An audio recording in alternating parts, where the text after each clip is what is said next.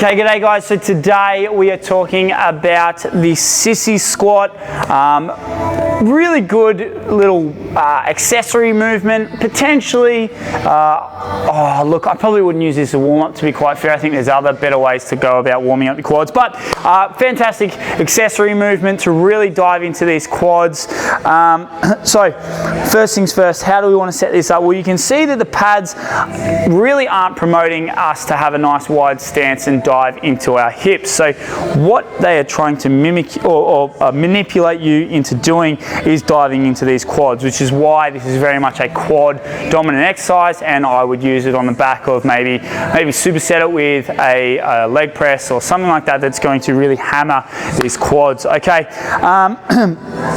just because we are in a narrow stance, I would still, you should, okay, create your 3 points of contact on the ground, screw your feet in, and knees are going to be on. Just by creating more stability through these hips, you're going to activate your quads far greater than if you just lax. Now you can see already that when I'm in this position here, now my quads aren't a great example, but if I don't screw them in, you can see sort of how they're tensed and how they're coming up, and there's really not a great deal going on here, right? But if I squeeze them out and rotate and squeeze my glutes on, you can see how much more pronounced the medial head and the lateral head of the quadriceps are, okay? So from this position, we're actually going to finish on a slight angle back, okay? It's a shame, so we're looking to finish like this, okay? That's our finishing point. Now, why do we want to finish in that position? The reason being is because gravity then is constantly keeping tension on our quads. If we come all the way up, you can see my quads have gone lax, right? So we've lost that tension that we so longingly desire. We want to come back, and we're going to finish in this position here because these buggers are still under load. Now we're going to go through our normal principles with our squats. For those who haven't watched my in-depth squat video, you need to go across and watch that either after this or before this, and then come back to this point. For those who have, fantastic, good job, you're awesome. Not that the other guys aren't awesome, but you're awesome by a little bit more.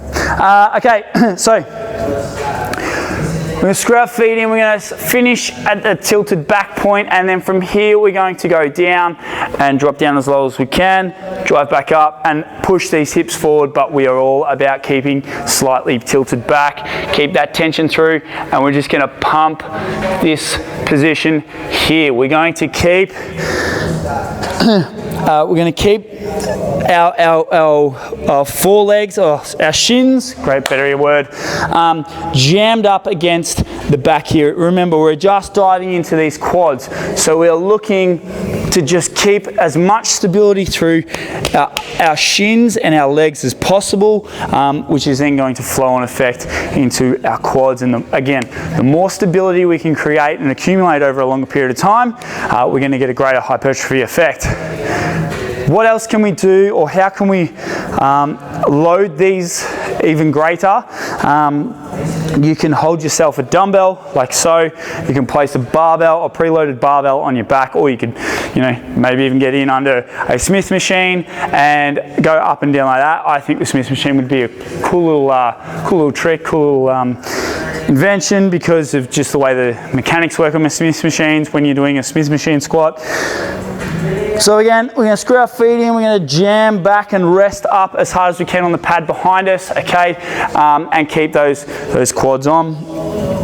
Make sure that we're using this back as a stability, so we're going to jam back, again, coming down, touch, up, down, up, squeeze those quads at the top, come down, squeeze hard, and we adjust, working this range like so, keeping that tension through these quads.